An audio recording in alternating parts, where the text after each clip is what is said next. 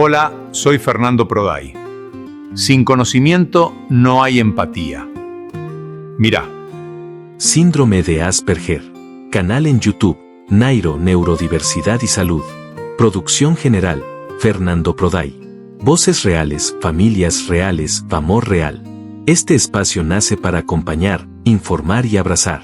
Aquí compartimos testimonios de familias que conviven día a día con el síndrome de Asperger.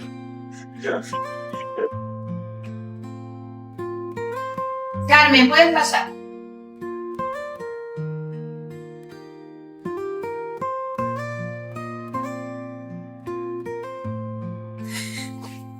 ¿Te hablo o...? Vale.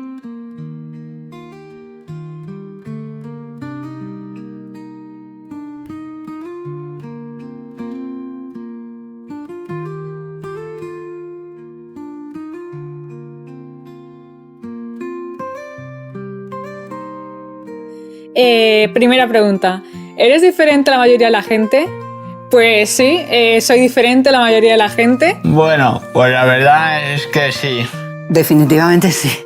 Diferente por suerte. Esta pregunta me encanta porque me inspira en una canción que dice de los 5 latinos, que dice, eres diferente. Sí que me siento diferente, la verdad. Yo, cuando no tenía el diagnóstico de Asperger, siempre he pensado que había algo raro en mí. Desde pequeño siempre he visto la actitud de otra gente y comparado con la mía y me he sentido extraño. Yo tenía una forma de ser que no encajaba en la gente de mi edad. Yo creía que había nacido en una familia de tontos, porque como eran todos distintos a mí, y yo estaba totalmente convencida, claro, cosa de la autoestima, ¿no? Que estaba convencida de que la perfecta era yo, no tenía más entorno que lo que tenía alrededor y los demás me parecían muy tontos. Realmente, desgraciadamente, sí soy diferente a la mayoría de la gente. Mi manera de ver el mundo pues es bastante diferente de cómo la percibe el resto de la gente. Tenemos otra manera de procesar la información. Digamos que es una forma de ver la vida, distinta a los no Asperger. Y esto nos hace un poco diferentes, sobre todo en el trato entre persona interpersonal, de hacer amigos, hacer novia, en el trato familiar. Nos cuestan mucho las cosas. Pues que si me he visto diferente, sí. Desde que comencé a darme cuenta cuando era niño de que los otros no jugaban y hablaban de una forma que yo no era capaz de seguir del todo, me di cuenta de que estaba, digamos, solo. En el cole, mientras algunos se quedaban por ahí charlando, otros jugaban al fútbol, yo estaba por ahí dando vueltas, simplemente paseando, pensando en mis cosas. No me relacionaba con los niños de una forma normal. Mi madre me dice que me relacione, que no tenga vergüenza, que me mire bien a los ojos. Yo me siento diferente pues a la hora de comunicarme, a la hora de interactuar con los demás, a la hora de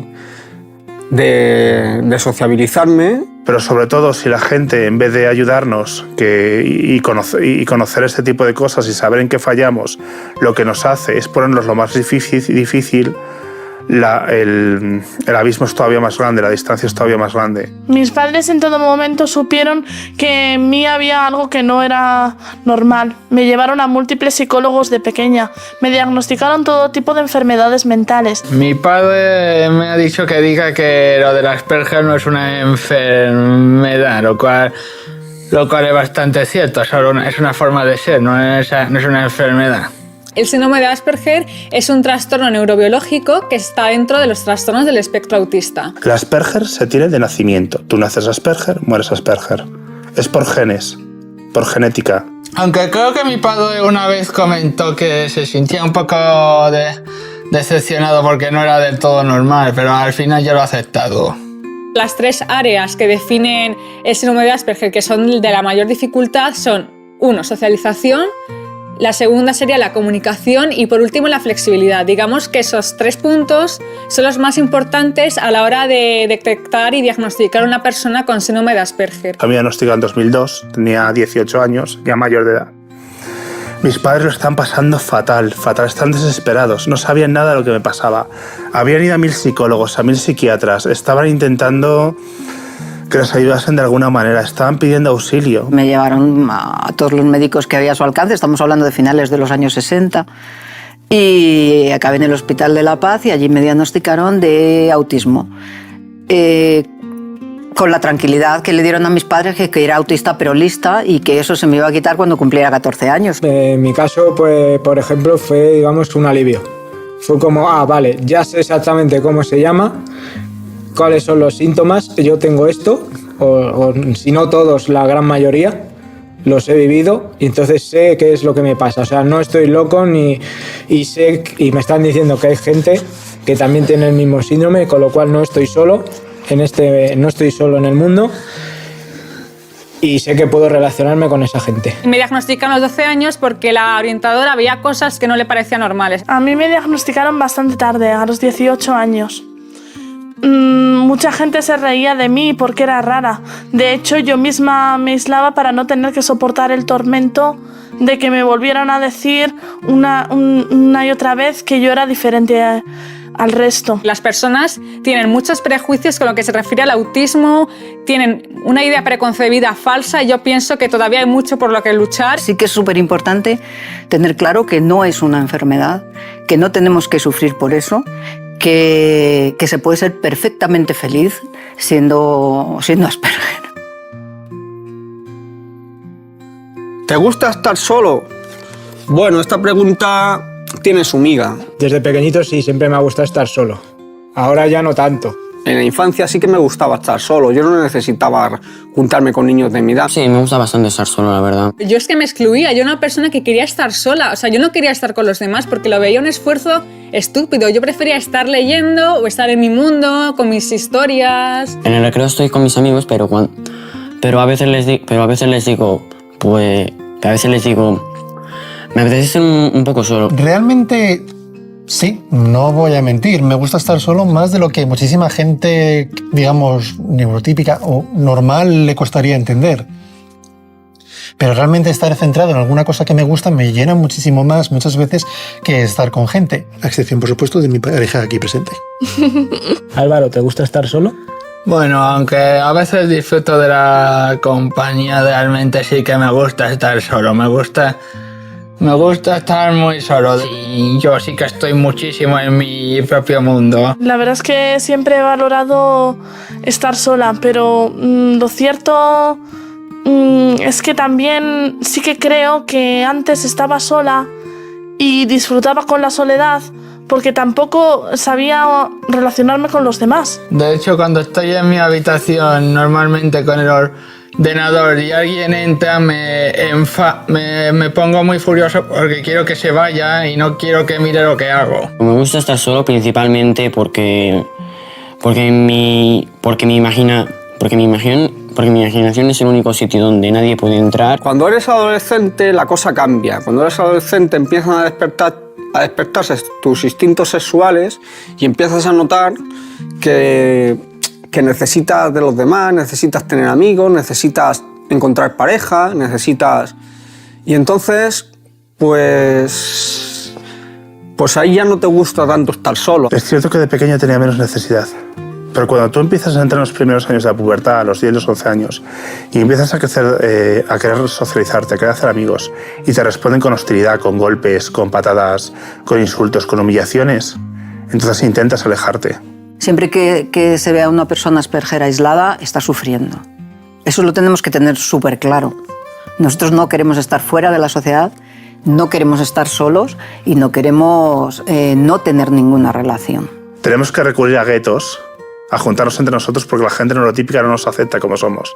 Y somos como cualquier persona. Tú si me tratas, podemos ser amigos. Y además yo soy un amigo muy fiel. El verte aislado es una fuente de muchísima angustia. Se sufre muchísimo y se pasa muy mal. Y ahora realmente es cuando más vida social tengo y es cuando estoy realmente fascinada porque digo, es algo que ha cambiado mi vida, es algo que jamás me había pasado y de lo cual me siento muy orgullosa. Pero ahora mismo que realmente me he descubierto a mí misma y he descubierto que puedo y me gusta socializar, estoy valorando más el hecho de estar con mi pareja o con mis amigos. Es cierto que se reducen mis momentos de soledad y en cierto modo lo echo de menos. Pero creo que es una fase de mi vida en la que me siento muy contenta porque me estoy superando a mí misma. ¿Te cuesta mirar a los ojos? Sí, me cuesta mucho. Actualmente no. De pequeña, muchísimo. De hecho, en el instituto a veces pasaba que estaba hablando con alguien, pero porque miraba en otra dirección pensaban que me refería a otra persona que estaba al lado. No miro a los ojos, aunque parezca que miro a los ojos, no miro a los ojos. Estoy mirando a la punta de la nariz, a la barbilla o a la boca, pero nunca a los ojos porque me dan demasiada información y entonces no podría mantener una conversación. Y esto lo hago porque soy muy generosa, porque preferiría estar mirando al suelo o al techo. Porque mirar a los ojos es mirar al alma de la otra persona. Y a veces siento que me mire y que me somete, que ve a través de mí. Entonces retiro la mirada. Yo siempre he sido de mirar de reojo a todo el mundo. Me costaba mirar a la cara. Pero esto se va trabajando, por ejemplo, delante de un espejo, es decir, que es su práctica y al final se consigue, como todo. Tengo una terapia que una de ellas es eso, mirar a los ojos y demás. Pero aún así todavía me sigue costando bastante. La mayoría de nosotros no comprendemos la comunicación no verbal de forma instintiva, sino que nos empezamos a fijar en los gestos para luego intentar entender qué nos están diciendo. Hacer ese proceso consciente y además hablar es que es materialmente imposible. Y una de las cosas que mi padre más aborrecía era que él, cuando me estaba regañando, yo no le mirara a los ojos. Entonces él me decía, mírame, Cristina, y yo, no puedo.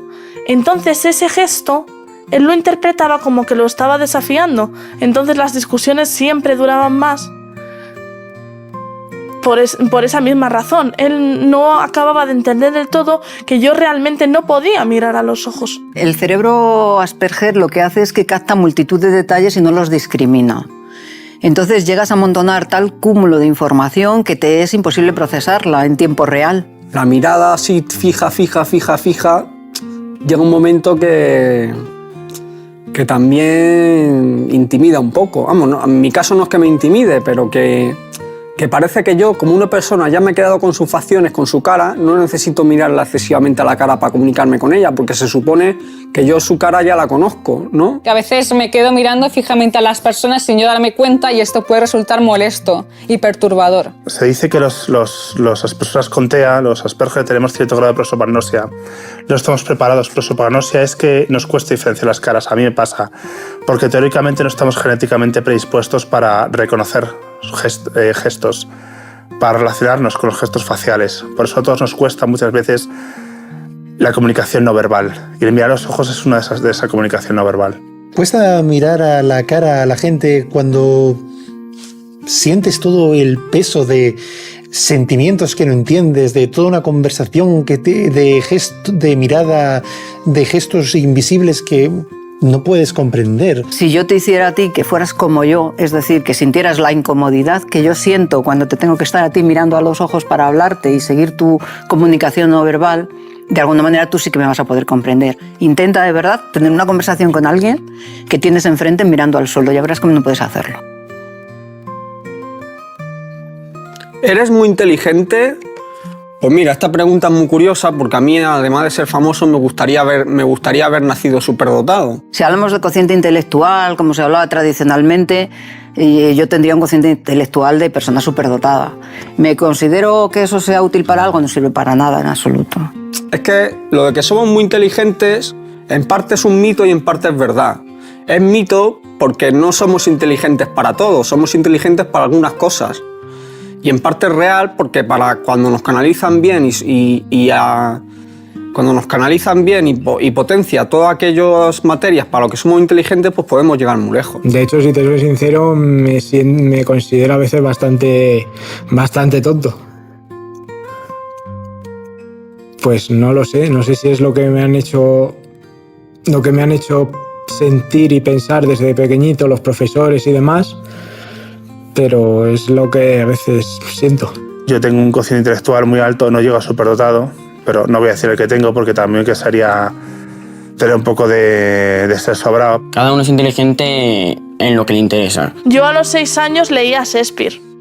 Me sabía los dioses egipcios por orden alfabético y tenía una colección de minerales escondidos en una caja de zapatos. No te voy a negar que haya personas que tengan síndrome de Asperger y a la vez un diagnóstico de superdotación, pero que esto no sea en todos los casos, que hay personas que igual tengan una inteligencia dentro de la media, otros a lo mejor superior, que pueden entrar dentro de altas capacidades. Yo, por ejemplo, sí altas capacidades, pero no llego a la superdotación. Yo me considero muy inteligente para la astronomía, para la astrofísica, la geografía. Cuando me interesa un tema yo investigo. A mí me gusta saber más del tema y investigo para saber más del tema y que se me quede en la mente. El tema de inteligencia lingüística y la inteligencia artística, digamos que son mis puntos fuertes. Me considero muy inteligente para los rompecabezas, me considero muy inteligente para el tema de los parentescos, de la genealogía, de los árboles genealógicos. En el caso nuestro, en el caso de las personas con Asperger, lo que pasa es que estamos en los extremos. Por ejemplo, tenemos unas puntuaciones muy altas en lógica o en este tipo de inteligencia y, sin embargo, muy bajas en inteligencia social. Sí, siempre me ha gustado desde niño leer muchísimo, me han gustado los documentales, los museos, me han apasionado temas de todo tipo que a la gente no le pueden entusiasmar, que la gente normalmente no se le suele ocurrir. He estudiado una licenciatura de historia. Se dice que muchos personajes de la historia muy conocidos, como yo que sé, como Einstein o Newton, podrían haber sido Asperger. Bueno, igual sí o igual no, no sé. Tendemos a memorizar muchísimos datos debido a los intereses más absorbentes que nos caracterizan. Cuando me gusta algo en particular, pues indago lo máximo posible, me meto de lleno y parece que nunca voy a salir porque me acapara todo. O sea, digamos que cuando me gusta algo, me apasiona, puede llenarme las 24 horas del día, puede que esté enfocada en eso y al final pues volverme una experta en ese tema. Pero la mayoría de la gente que está dentro del espectro del autismo, que es Asperger, no es superdotada. Asperger que no tiene estudios. Asperger que ni siquiera leen libros ni tienen ninguna capacidad. Y Asperger que tienen poca inteligencia, la verdad. La siguiente pregunta es, ¿sufriste acoso en el colegio? En esta pregunta yo creo que no voy a hablar, sino que creo que voy a dejar que hable una persona que creo que mejor podrá responderlo. Creo que deberías responder esta pregunta solo tú, cariño. Sí, sufrí un acoso brutal. Sí, yo sufrí acoso escolar desde pequeñito prácticamente hasta bachillerato. Acoso de burla, pero nunca me han pegado. Un acoso impresionante. O sea, no solo es que me pegaran y me humillaran y me escupieran en la cara y ese tipo de cosas. Era el maltrato psicológico continuo que te va medrando como persona, que cada vez te va haciendo sentir que eres peor cosa, que ya no eres ni humano, te hace sentir que no eres ni humano, que no es igual que los demás. A mí me han llamado de todo. Me han llamado de todo, o sea, pero en los recreos no sé, o sea, también a veces me han llegado a acorralar y me han llegado a pegar cuando era más pequeña. En cualquier sitio sufrí acoso y mis padres muchas veces decían, pero bueno, ¿qué le pasa? ¿Cómo le podemos ayudar? Y claro, tú ir a un médico o a un psiquiatra o un psicólogo y te digan, es que es demasiado blando, es que le mimáis demasiado, es que le consentís demasiado. Es que y me decían, claro, no te defiendes, pues por eso te pegan, porque no te defiendes. Sabía que todo el mundo me estaba observando, estaban esperando que cometiera alguna estupidez para reírse de mí. Yo me defendía, pues digamos que metiéndome en mi burbuja e intentando hacer caso omiso a lo que me decían, aunque realmente era muy difícil. Bueno, en mi caso no, yo no sufrí acoso en el colegio porque soy muy mayor. Y entonces, en la época en que a mí me tocó ser niña, pues precisamente eso, ser niña, ser calladita, dedicarte a leer cuentos o a bordar, pues estaba muy bien visto, con lo cual el que una niña no corriera por el patio del colegio o no gritara, tal, estaba bien visto. Yo me aislaba y bueno, pues tampoco pasaba gran cosa. Una vez entre todos, a pesar de que yo era bastante gordita, consiguieron meterme en el cubo de la basura. Yo todo esto se lo decía a los profesores, pero los profesores realmente no hacían nada. Me empezaron a llamar retrasada, de hecho también yo hacía actividades extraescolares y también me llamaba que decían que parecía retrasada. Lo cual no es cierto, de hecho tengo una inteligencia por encima de ellos. Había profesores que incluso se reían de mí, me llamaban el puerro en clase. Y eso es un cachondeo total, porque veían que conmigo yo era una persona diferente y abusaban también los mismos profesores para meterse conmigo y provocar más bullying en el propio colegio. Una persona con discapacidad intelectual puede tener muchos talentos y llamar retrasado a alguien me parece muy ofensivo. Sí que es cierto que cuando se enteraron de ciertas fobias que yo tenía, como las canicas de cristal, o cuando había tormentas, las tormentas cuando da el destello luminoso, el relámpago, pues basta ser que se enteraran de mis fobias para que se metieran conmigo para asustarme, ¿no? Creo que lo mío era un problema de actitud, o de ser mala persona, o de no querer integrarme, o de ser un mal educado. Por ejemplo, no entendía las ironías, no entendía lo que me estaban diciendo cuando me hacían doble sentido y se creían, no, es que es tonto, es que no se entera. A veces los profesores se creían que era una provocación, no entender las dobles ironías. Lo cogemos todo de forma muy literal. Entonces muchas veces no sabemos si nos están tomando el pelo o no. Recuerdo ir a una de las profesoras y preguntarle, me han llamado autista, ¿qué es ser autista? Y me decían, pues es la típica persona que solo se relaciona con adultos, que solo se relaciona con adultos y que no sabe hablar y que se encierra en su casa. Porque el bullying se da en un momento concreto, pero te marca para toda la vida. Yo tengo pesadillas todavía por el bullying que he sufrido. Porque he sufrido bullying hasta en la universidad. Me cuesta mucho ir a clase. Las clases en las que estoy rodeada de personas de mi misma edad me recuerda a esos viejos tiempos. Esos viejos tiempos en los que tenía que esconderme al final de la clase, ponerme en el último pupitre y rezar para que el profesor no me sacara la pizarra. Estudio comunicación audiovisual. Pues la verdad estoy un poco integrado, solo hablo un poco a veces y nada más. Luego cuando tengo que buscar un grupo de trabajo normalmente no lo consigo y me tienen que buscarlo por mí los profes. Cuando yo estaba en la primera universidad en biología, a mí la gente no quería estar conmigo, mucha gente no quería estar conmigo. A mí me llegaron a decir que para que no les molestara me fuese a una universidad de gente como yo y que no volviese a ir a esa clase y que les dejase molestar. Si no hubiera sufrido un bullying tan brutal, a pesar de que me cambiaba de colegio y de que lo estuve sufriendo durante casi 17 años, creo que actualmente no sería activista y no lucharía por todas las cosas por las que lucho. Aquí lo que sirve es educar a los niños desde que son pequeños en que hay gente diferente, en que hay gente con trastornos del espectro autista y en que hay que respetarles también. ¿Es complicado tener una pareja? Es muy complicado. Sí, a ver, yo diría que es difícil. Realmente estar con una pareja requiere comprenderla, esforzarte por ella y esforzarte por ser una mejor persona. Me preguntéis si es complicado tener una pareja. Para mí como Asperger, no complicado, imposible. Para mí imposible. Tengo una asignatura pendiente que es aprender a ligar. ¿Es complicado? Pues depende. Si es con una pareja neurotípica, es decir, si es un Asperger con una chica que sea normal, entre comillas, neurotípica, puede ser muy complicado, porque a no ser que la chica neurotípica haya estudiado psicología o psiquiatría y conozca bien lo que es el Asperger, puede ser complicado. Yo, por ejemplo, había una chica que me gustaba y era su cumpleaños, nadie le había regalado un regalo, yo le regalé uno, pero ella simplemente me dijo las gracias y ya está, y yo pues me desanimé un poco. Ya sé que con los regalos no se conquista la amistad y eso lo aprendí con eso. A dar el paso de decirle a una chica, oye, me gustas, quiero pasar un día contigo o tomarme algo contigo. Nunca me he atrevido a dar ese paso. Yo he sufrido muchísimo, es lo que más me ha hecho sufrir prácticamente en toda mi vida. Yo desde los 14 años llevo sufriendo mucho desde el punto de vista sentimental, porque yo me he enamorado de muchas chicas, me he ilusionado mucho con ellas y nunca he tenido éxito con ninguna neurotípica, porque yo mi manera de ligar siempre era al estilo caballero medieval, ¿sabes? Decirle piropos, poemas, decirle cosas románticas, cosas tiernas, cosas de poesía. Siempre he querido compartir mi vida con alguien. Tengo miedo a quedarme solo.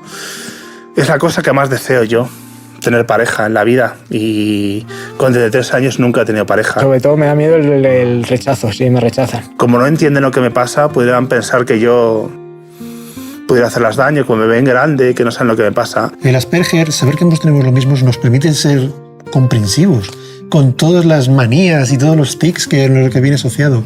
¿Que te estás obsesionando con esto? Me parece fantástico. Yo me estoy obsesionando con esto otro también. ¿Que haces esta cosa extraña? Me parece fantástico. Yo estoy haciendo lo mismo. Hagámoslo juntos. Yo puedo estar sentada al lado de mi marido y estar cada uno con su ordenador y cada uno haciendo lo que le parece y pasarnos así la tarde y nos hemos divertido una barbaridad. Y no tenemos la sensación de haber estado aislados, sino de haber estado juntos. Esa misma situación entre parejas neurotípicas daría lugar seguramente a una discusión. Te pasas el día aquí sentado a mi lado y no me diriges la palabra, que no tengo nada que decirte. Es una de las ventajas que hemos tenido siendo Asperger ambos. El poder básicamente es estar libres el uno con el otro, no como Aspergers en sí, sino como personas. Por ejemplo, entre nosotros casi nunca nos decimos esas cosas que dice la gente de ay, te quiero, ay, cariño, no sé qué, esas cosas como que no, porque tú hablas para cuando tienes algo que decir. Si ya te dije que te quería, cuando deje de quererte ya te informaré de que te he dejado de querer, mientras tanto te sigo queriendo. ¿Veis un poco la lógica del asunto, no? No hay necesidad de tener esas manifestaciones. Yo con él me siento libre. Puedo ser la persona que siempre he querido ser y sé que él en todo momento me apoyará. Yo con él me he sentido liberada. Ven aquí.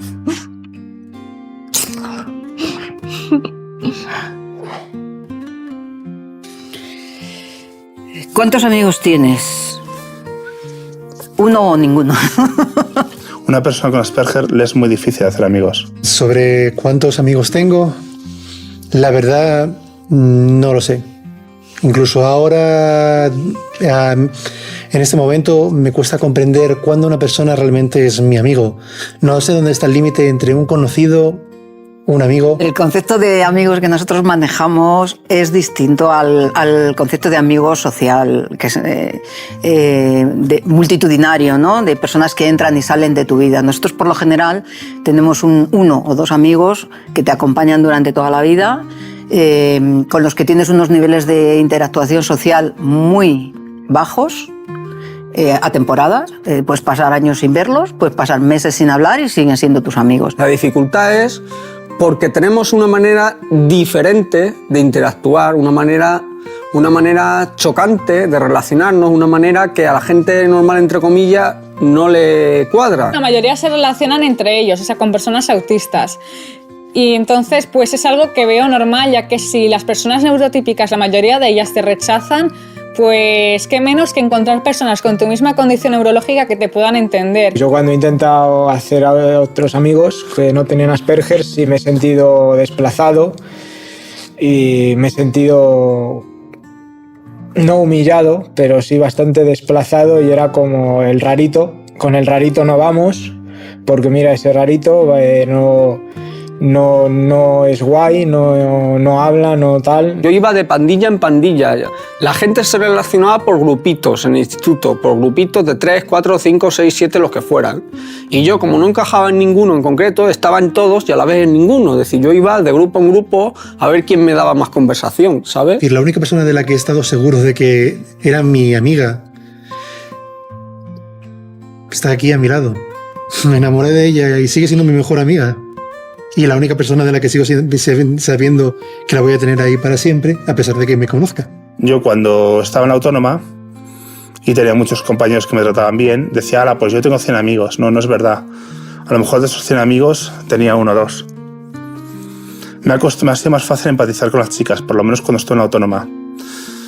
Parece que tenían más empatía conmigo o una capacidad más maternal. Siempre que intento tener amigos, incluso hoy en la actualidad, por más empeño que pongo, no siempre resulta. Sí me da un poco de miedo el rechazo. Sí que tengo preocupación con que menos, pues si no me traten mal o se oigan de mí. Lo que me han hecho ser así y expresarme también y esta necesidad de hablar en público es un poco por la frustración tan grande que yo tengo en mi vida interior del hecho de no ser aceptado en esta sociedad. Es lo que me han hecho ser así de echado para adelante. ¿Puedes fingir ser normal? Sí, además me da fenomenal.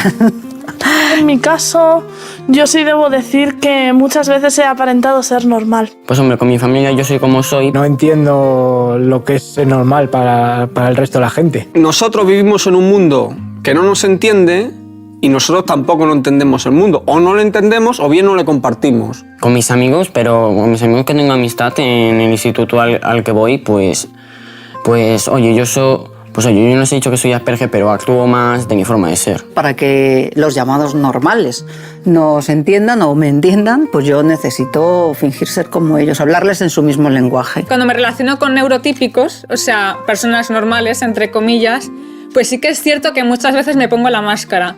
Y es como si no fuera otra persona, como si tuviera otra personalidad y la Ana de siempre desapareciera y se convirtiera en una nueva persona. Tenemos que tratar pasar por normales. ¿Para qué? Para que nos acepten, para que nos den un trabajo, para poder comer, para poder vivir. Que sea durante un tiempo limitado, porque si no, pues acabas enfermando, te agota, te estresa y necesitas tus tiempos de desconexión de este mundo social en el que se vive habitualmente. Ahora puedo actuar de una forma que si a primera vista hablas conmigo, puedes no darte cuenta.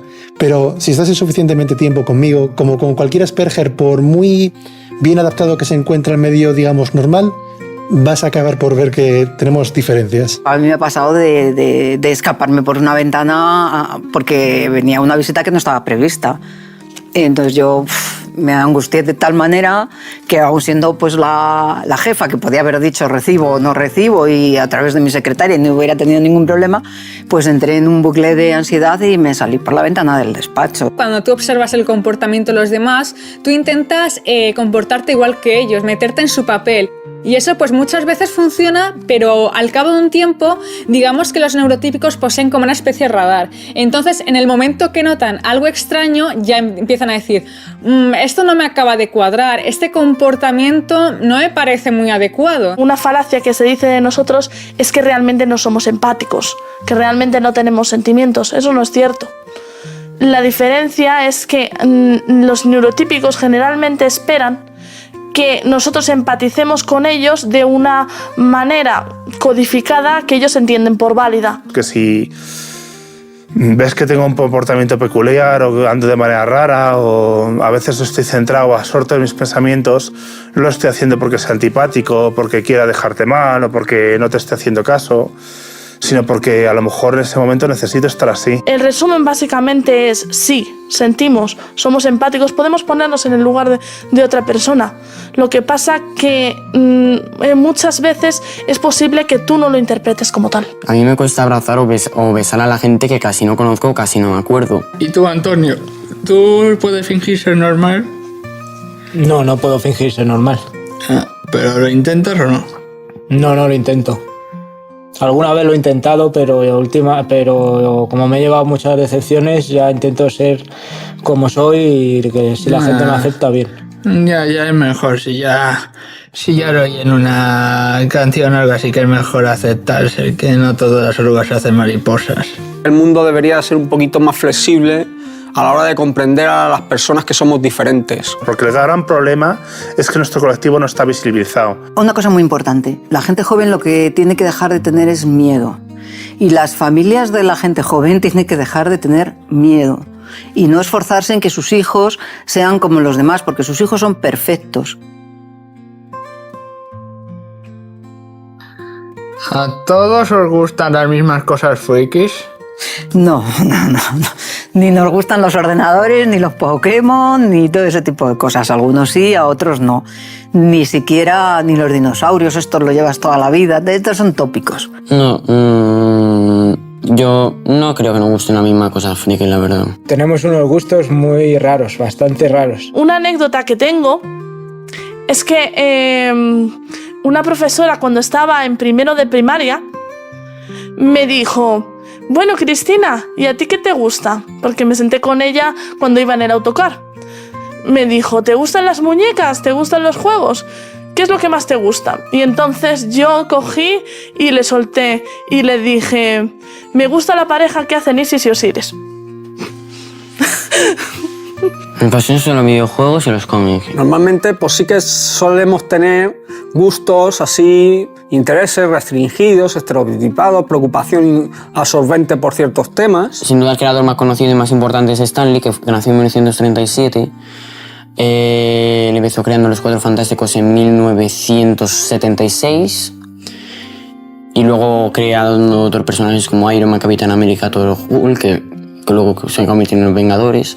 Los X-Men, su obra maestra es Spider-Man, que nació en 1966, si me acuerdo. Yo, por ejemplo, ahora estoy muy interesada en estudiar desde el punto de vista sociológico y antropológico a las personas. Esa es ahora en lo que estoy. Pero anteriormente he estado en estudiar el patrimonio industrial. Nada que ver. Me apasiona la historia. Me encanta la historia, ya sea de cualquier época, de la Guerra Civil Española, la Segunda Guerra Mundial, la Primera Guerra Mundial, las guerras carlistas, todo tipo de la Revolución Francesa, me encanta. La vida real es que cada Asperger tiene unos gustos totalmente distintos que pueden variar desde la música, al arte, así, las ciencias, hasta las cosas más raras que se les pueden ocurrir. Una cosa que se me da muy bien a mí aprenderme los mapas y los planos de los callejeros. Me gusta mucho andar con el Google Earth y ver vistas. Me gusta, por ejemplo, saber cuál es la zona así más rica y más pobre de una ciudad, cuáles son las zonas así más bonitas y más feas de una ciudad, con el Google Street Maps y todas esas cosas. El caso más exagerado, que es Sheldon Cooper, como bien conocéis, que siempre se le relaciona con el síndrome de Asperger. Sheldon Cooper es el protagonista de una serie llamada Big Bang Theory, que se ha hecho muy famoso en los últimos años. Es un personaje estereotipado y exagerado, tanto del síndrome de Asperger como del trastorno obsesivo-compulsivo. Pero los Asperger no somos así, somos de diferentes formas. No todos somos astrofísicos, ni muchos tenemos un tema obsesivo. Yo no sé si eso se considera una fricada o no, pero a mí es algo que me gusta. Saber, por ejemplo, dónde empieza y dónde acaba una carretera. Porque Freak sabes de dónde viene, ¿no? De una película de los años 30 que es un circo de personas deformes. No me gusta esa apreciación que se hace. El término friki viene un poco por la capacidad que nosotros tenemos de profundizar en el conocimiento de algo. Muchas veces me han llamado friki. Muchas veces nos hemos llamado entre nosotros frikis. Es que nos gusta el término friki. Lo abrazamos.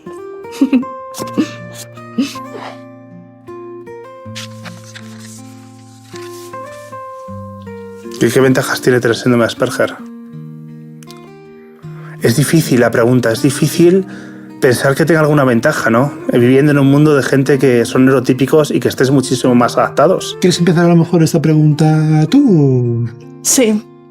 A mí, sobre todo, me ha hecho ver la vida con otros ojos. Al estar en soledad desarrollas mucho la imaginación. Somos muy observadores, también nos fijamos mucho en los detalles y eso también es un tema que también es bastante valorable.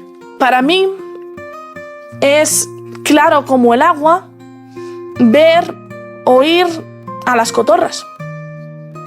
Pero la gente tiene delante una cotorra y a pesar de que se la oye a kilómetros y que es un pájaro verde fosforito, no la ve. La memoria fotográfica es un factor muy importante sobre todo a la hora de estudiar y recordar datos. Si a ti te gusta algo y lo lees, pues que como que se te queda en la cabeza y como que es difícil olvidarlo. Con los intereses igual, porque el tener pasión hacia algo en concreto, informarte tanto, hace que te vuelvas un experto en esa materia y que luego si te dedicas a ello, pues que triunfes realmente y seas realmente bueno. Solemos ser personas muy perfeccionistas a la hora de hacer las cosas. Los Asperger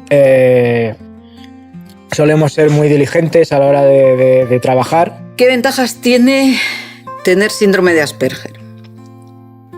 Para mí tiene una ventaja, una gran ventaja, vivir sin filtros.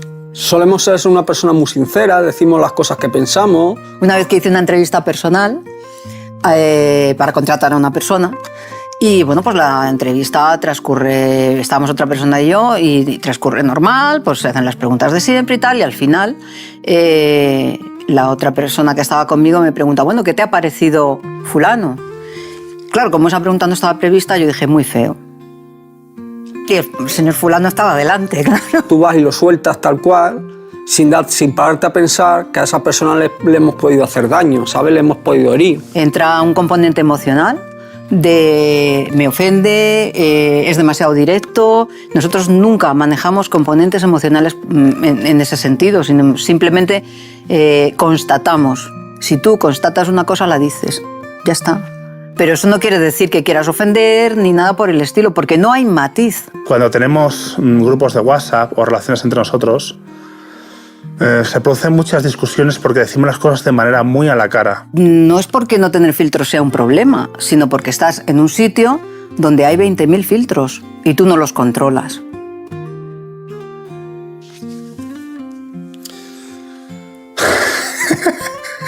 Perdón, que os cuente un chiste. Dos señores vascos paseando y pasan por un polígono industrial y hay un cartel que dice aceros inoxidable y dice el uno al otro, Pachi, ¿nos hacemos? Eso me gusta mucho, nadie se ríe, pero es que me encanta. ¿Por qué? ¿Sabéis por qué? Porque es un chiste especial de Asperger. Habla de la comprensión textual. Como somos tan literales, digamos que entendemos todo al pie de la letra. Te voy a contar un chiste que es malo de narices, que dice, van dos por un puente y uno se cae y el otro no sabe escribir el ordenador. ¿Lo has pillado? Lo que sí que es cierto es que nos cuesta bastante trabajo entender los dobles sentidos, las ironías, los chistes, todo este tipo de cosas. En un basurero de Hollywood, dos cabras están buscando entre la basura y encuentran un celuloide y se lo comen. Una comenta, no está mal, ¿eh? Sí. Y la otra dice, sí, pero me gustó mucho más el libro. Un chico le pregunta a otro, ¿por qué estás tan gordo? Y le dice, no estoy gordo, solamente estoy en 3D. Un chiste que todavía no logro entender. Van dos y se cae el del medio. Yo lo pillo, es una especie de chiste sin gracia. Que van dos y se cae del medio quiere decir que no, que cómo puede haber uno en el medio y solo hay dos. Realmente los chistes podemos aprendernos de memoria y sobre todo en mi caso me los pueden explicar 300 veces y muy posiblemente jamás lo entenderé. Chistes así un poco verdes, pues me cuesta más cogerlos, ¿sabes? No entiendo realmente el contexto, ¿sabes? The mission here is clear. We are working tirelessly to ensure these individuals receive the support they need and deserve.